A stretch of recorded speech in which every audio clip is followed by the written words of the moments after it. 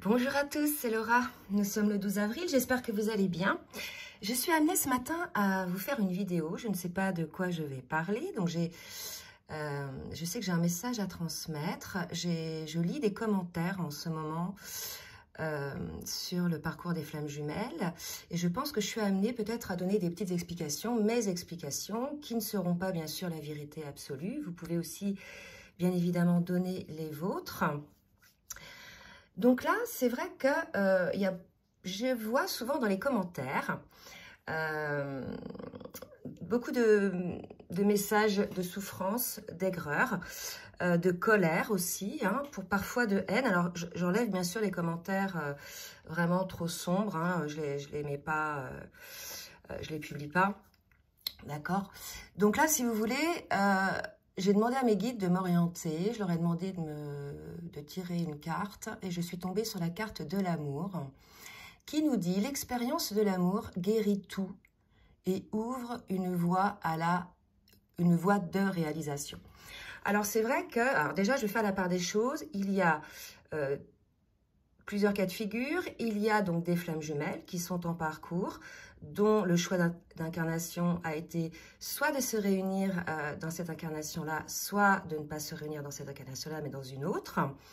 Et il y a les autres personnes qui ne sont pas dans le parcours, qui se fourvoient, qui pensent être flammes jumelles et qui se lancent dans un processus de transformation, bien sûr, parce qu'ils écoutent un petit peu ce qui se passe et ce qu'on vous conseille dans les vidéos ou dans les livres. Mais comme ils ne sont pas flammes jumelles, ça ne fait pas partie de leur parcours, ça ne fait pas partie, quelque part, de leur choix d'âme. Donc, ils sont complètement en souffrance, ils s'en sortent jamais. Et en définitive, ils viennent à dire que le parcours de flammes jumelles, c'est un parcours de titan. Alors oui, hein, c'est un parcours qui demande beaucoup de travail sur soi. Et que c'est un parcours, voilà, une descente aux enfers, j'ai lu, vous voyez. Donc ça, si vous voulez, ça m'interpelle, moi, parce que normalement, hein, quand on est sur un parcours de flammes jumelles, on a plusieurs étapes, d'accord? Je ne veux pas les répéter là, je vais parler de quelques-unes. On a cette fameuse étape du début, après la reconnexion de lune de miel, qui nous fait connaître un amour comme jamais on a connu, qui nous fait voir dans l'autre notre moitié, qui nous fait voir une lumière, la lumière qu'on a toujours attendue, qu'on savait qu'un jour on retrouverait, vous voyez. Donc on est dans une bulle là où vraiment on a rencontré notre moitié et on est plutôt bien, on est dans une phase de lune de miel.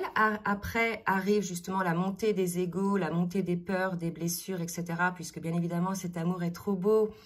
Donc, on pense ne pas le mériter ou on pense ne pas être à la hauteur ou bien il y a des blessures qui ressurgissent puisque l'autre nous sert bien évidemment de miroir, inconsciemment bien évidemment. Et là, on commence donc à souffrir et l'idée, c'est de pouvoir regarder un petit peu ces souffrances en face pour comprendre un petit peu quelle est la blessure de l'âme que ça réveille et entamer donc un processus de guérison par rapport à ces blessures. Donc, processus de guérison qui commence bien sûr par une prise de conscience des choses, par l'acceptation des choses, la transformation, la guérison, la mise en lumière, pour petit à petit se délester de cette émotion négative de souffrance lorsqu'on se retrouve face à cette situation qui réveillait cette blessure.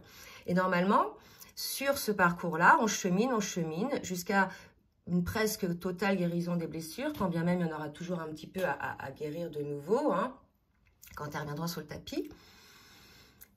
Et bien là, on se retrouve dans un état d'alignement, dans un état de complétude où on voit ce lien-là comme un cadeau, cet amour comme un cadeau, hein, qui nous a permis effectivement, grâce à l'autre, grâce à l'effet miroir de l'autre. C'est pour ça quand l'autre dit ou elle dit « je ne suis pas à la hauteur de cet amour », l'autre ne reconnaît même pas sa participation, son travail, l'aide qu'il ou qu'elle a pu procurer, mettre en place pour que l'autre puisse grandir, s'éveiller, hein, à qui elle est ou qui il est.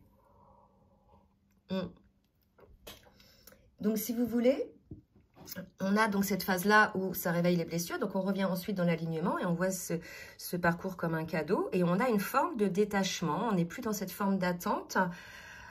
Quand on est en séparation, on est bien avec soi-même, on se réalise, on crée des choses dans sa vie, on est en bonne santé, on récupère son énergie, voilà, on est bien, vous voyez, on est sans rancœur, on est dans l'amour pour son autre, on sait que son autre est notre moitié, qu'il a fait ou qu'elle a fait le choix, peut-être si vous êtes en séparation, de ne pas être avec vous, peut-être parce que cette personne n'est pas encore prête, elle a encore des blessures à guérir, ou peut-être parce que ce n'est pas votre choix d'incarnation, d'accord ? Donc là, c'est à vous de savoir au fond de vous, honnêtement, hein, par rapport à votre connexion, à l'appel de vos âmes, à vos flashs, à vos rêves, etc., d'être en conscience de tout ce que l'univers, la source, vous amène comme message pour avoir les compréhensions de votre parcours. D'accord ? Donc, je faisais cette petite capsule pour dire aux flammes jumelles, donc qui sont sur les réseaux, entre autres, de prendre vraiment du recul hein, par rapport à tout ce qui peut être dit sur ce parcours, de vraiment être à l'écoute de ce que vous ressentez, de ce que vous savez. On sait au fond de nous les choses, on sait quel est le choix de notre incarnation par rapport à notre autre. On sait, pour ceux qui sont réellement dans ce parcours, qu'on est dans ce parcours, puisqu'il y a eu plein de choses qui nous ont permis de le comprendre. L'idée de cette attraction-répulsion, l'idée de cette chaleur hein, qui monte en nous quand on est près de l'autre, quand on pense à l'autre, être pris par la flamme, hein, cette flamme d'amour. L'autre est toujours dans nos pensées et c'est pas une obsession. C'est pas une obsession souffrante, c'est voilà, l'autre fait partie de nous. Hein. On ressent les émotions de l'autre, on entend l'autre aussi parfois dans son âme, vous voyez. Donc voilà, ne vous laissez pas baisser en vibration par tous les commentaires qui peuvent exister, qui sont négatifs. Je ne vous dis pas qu'on est dans le monde des bisounours, non. Pas du tout, hein. Mais sachez reconnaître les gens qui sont dans une réelle souffrance et qui ont envie d'avancer et qui voient la petite lumière au bout du tunnel, et ceux qui sont dans la souffrance et qui n'ont pas du tout envie de se remettre en question et qui reportent tout à l'extérieur, voilà, et qui libèrent souvent des messages de colère, hein, parfois de haine. Donc voilà, sachez toujours prendre le recul nécessaire. Sachez que l'expérience de l'amour guérit de tout. Hein. Certes, au début, il y a des blessures, mais petit à petit, l'amour guérit pour qu'on arrive à cet état de sérénité, de confiance, de béatitude. Et ça nous permet de nous réaliser, hein, effectivement, de voir qui l'on est au fond de nous, ce que l'on est capable de faire. Et aussi de nous réaliser à deux, bien évidemment, voir jusqu'où on est capable, par amour pour l'autre, de guérir, voilà, de guérir ses blessures, d'entamer ce travail de guérison pour pouvoir effectivement vivre cet amour que l'on ressent au plus profond de nous. Voilà, ben écoutez, je sais pas, ça va peut-être parler à quelques-uns ou quelques-unes. En tout cas, j'étais amenée à faire cette petite capsule par rapport donc à tout ce qu'on peut entendre sur le parcours. Donc prenez toujours du recul. Hein. Je vais tirer quelques cartes hein, pour voir un petit peu les énergies du moment, parce que il y a des mouvements de lune en ce moment, des choses assez fortes énergétiquement également, des tempêtes solaires. Donc on va voir un petit peu quel oracle je prends. Clac, clac, clac, clac.